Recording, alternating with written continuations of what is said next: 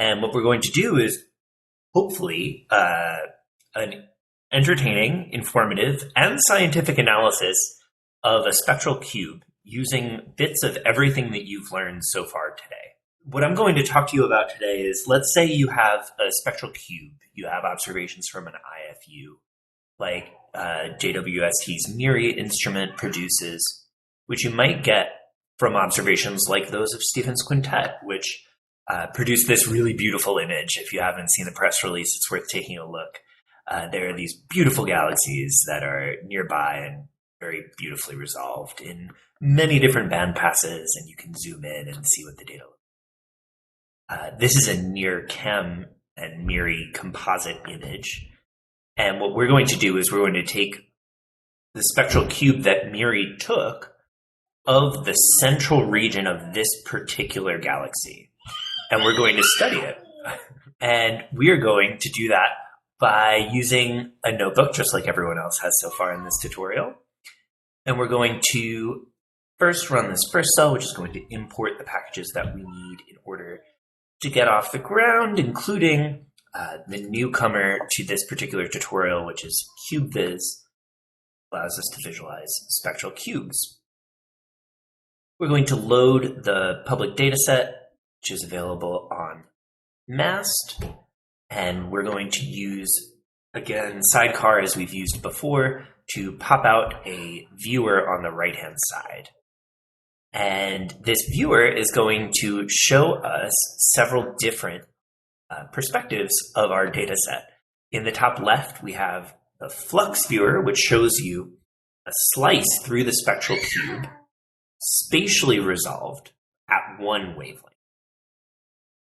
At the bottom, you have a composite spectrum, which is a collapsed 1D spectrum by removing all of the spatial resolution from the flux viewer at every wavelength. And what the final window here shows you is what the uncertainty array looks like for every pixel in the flux viewer. By default, when you run Cubeviz, you're going to have access to this cube slice tool. And the cube slice tool allows you to select different wavelengths in the spectral cube to visualize what the whole flux slice looks like at each wavelength. And so you can kind of see at around 12 microns, it's pretty concentrated, but if you pick right in an emission line, you start seeing really cool features. Depending on how big the emission line is, you see more and more structure in there, which has all kinds of physical significance, which we might talk a bit about later on. One of the things that we love being able to do in Cubeviz is selecting spatial and spectral regions and doing computations on those subsets of the data. And so what we're going to do in the notebook is we're going to use the API to define a spatial region, which we're going to do some calculations on. So if you run this cell, it's going to select a small region near the center of the region of interest where things are actually happening in this image, depending on which wavelength you're looking at, of course, right? And so what we're going to do is, for this very central part of the nucleus, we are going to do some spectral calculations. We're going to do that on the spatial subset. And so if we look down at the spectrum, you now see that there's also a red line. The red line is the collapsed spectrum from within the small red spatial region that we selected. And so if you zoom in, which I did by switching to the pan and zoom tool, which is this double arrow feature here, and you click on that, then you can scroll in and out to zoom back and forth, and you can click and drag to move the spectrum along. And you can see that we are now looking at a spectrum that has less flux. That's because we're looking at a much smaller subset of the whole spatial area. And you can see that the features are actually slightly different. There's narrower, and they're telling you different physics. We're going to see what that means for us in just a minute. One way that we can do that is by using the line analysis plugin, which you've already seen in previous tutorials. The line analysis plugin is going to be able to tell us properties of these lines. And what I would like you to do, this part actually requires that you click. So I'm going to zoom out so that you can see the spectrum as you might see it if you haven't yet hand zoomed. I would like you to zoom into this line at 12.5 microns. This line corresponds to an H2 line. And H2 emission better traces the motion of material around the nucleus than do some of the other emission lines that we're looking at in this spectrum. For example, the highest signal to noise emission line here is a neon line, which actually traces outflow from the nucleus. And so we're going to skip over that one and we're going to focus on this one, even though actually in this particular spatial region, it's actually quite a small line. What we're going to do is we're going to select this line in a spectral subset. We can do that by clicking here, select a range of X values. And we're going to, after selecting a range of X values, we then highlight the line that we want to analyze. And it's okay if that selection doesn't fully capture the wings in the entire spectrum, but does in the subset, because that's where we're about to do our calculation. Now, ideally, you would do this over larger and larger regions in the spectral cube until you had a sufficient signal to noise that you were confident that you were measuring good properties for this spectral line. For the purposes of this demo, we're not going to be too exacting or too perfectionist and run this next cell here, which runs line analysis on the spectral subset that we defined here, which is to say this emission line, and this spatial subset, which we defined earlier through the API as well. There are a bunch of commands here that I'm not going over in great detail, but I'll summarize them quickly. One is that if, I'm going to move around my viewer for a minute. Everything that we did with the API, you can also do through the Lineless plugin. And so you can see here the settings that we were using. We have the subset in the spatial region and the subset in the spectral region are selected. And then there are quantities that get computed for the line within that subset. In this case, both of those subsets. And you can see we can measure the centroid of the line in microns. We can measure the width of the line in microns. Here, the exercise that I'm leading you to do is actually that the width of this line is related to the velocity dispersion.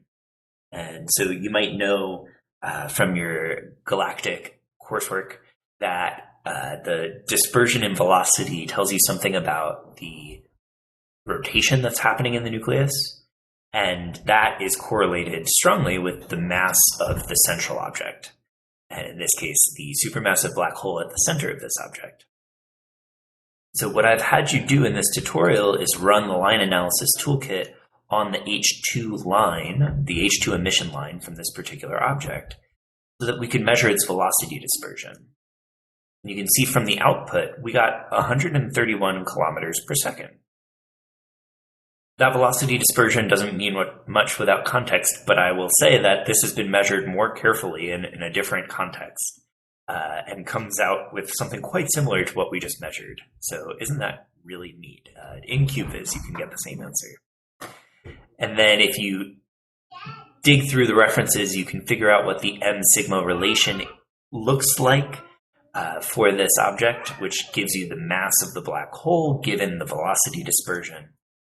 And of course, the velocity dispersion that gets returned to you has AstroPi units attached to it. So you can do all of the unitful arithmetic that you want to do, and you get out a mass in solar masses that is quite large. And isn't that great? And of course, we can ask, how precise is this measurement? We check against a literature measurement of the black hole mass, and we're actually very close in my run of this tutorial to the true answer. This will depend a bit on exactly where you drew the X limits in the spectral region.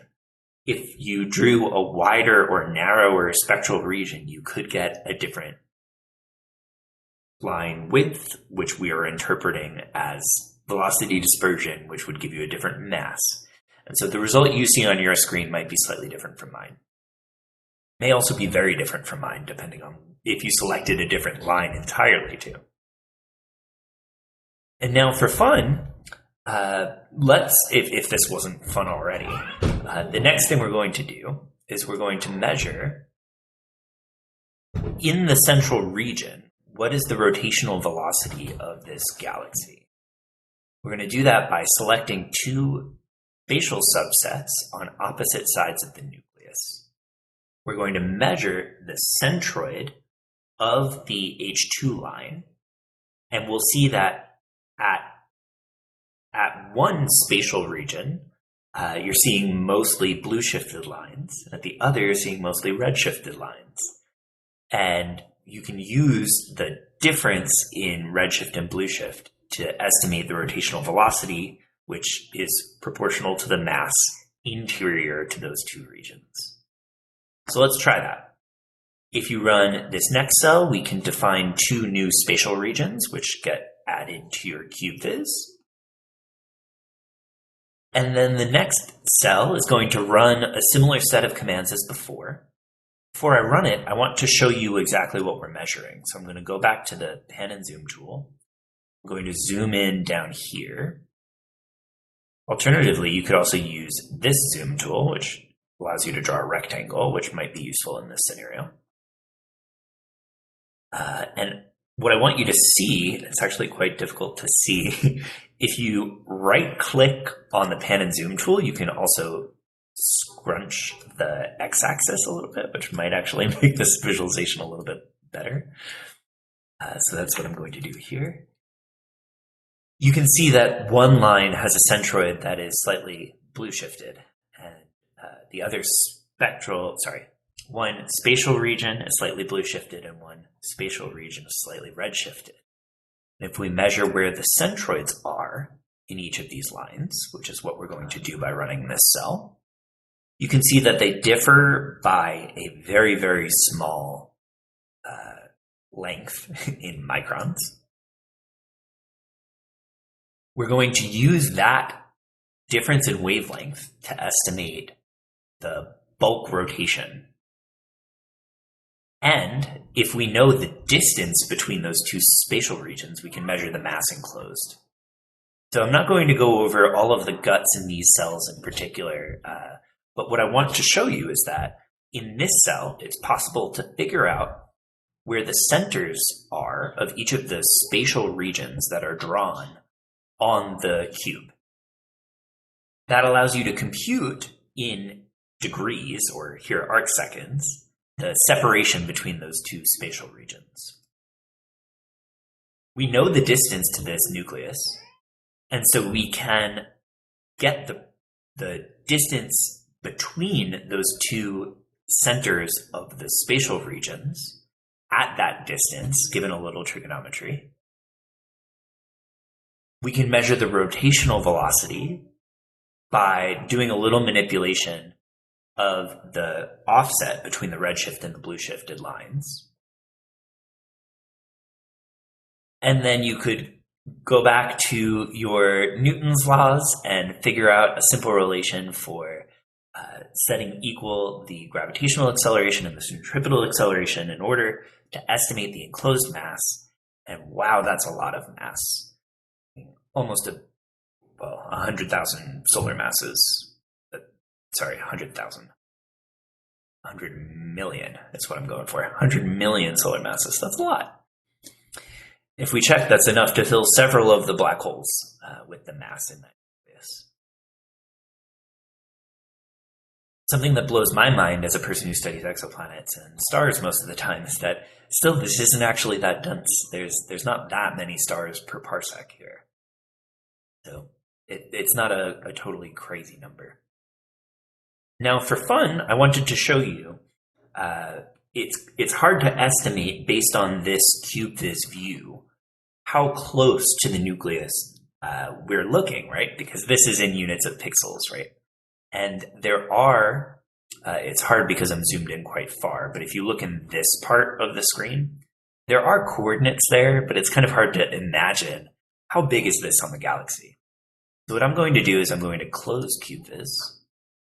I'm going to run the last cell.